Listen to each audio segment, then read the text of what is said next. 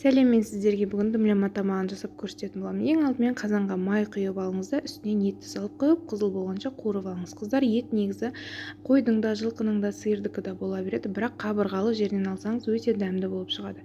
Қуырылған еттің үстіне осылай пиязды, чеснокты, сәбізді, болгар бұрышын, помидорды және де ең соңында үлкен-үлкен болып туралған картошканы саласыздар да, и өздеріңізге қалаған дәмдеуіштерді саласыздар. Паприка міндетті түрде салыңыздар, өйткені паприка тамаққа өте әдемі дәм береді, түр береді. Тұз, бұрыш өздеріңіз қалаған бойынша татымына қарай саласыздар.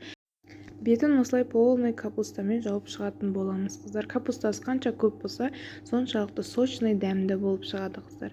Және де ең соңында үстіне кішкене иіс дәм беру үшін өздеріңіз қалаған зеленді қойып шықсаңыздар болады. Енді осының үстіне 200 грамм су құясыздар да 45-50 минут жай оттап пісіріп аласыздар, қыздар.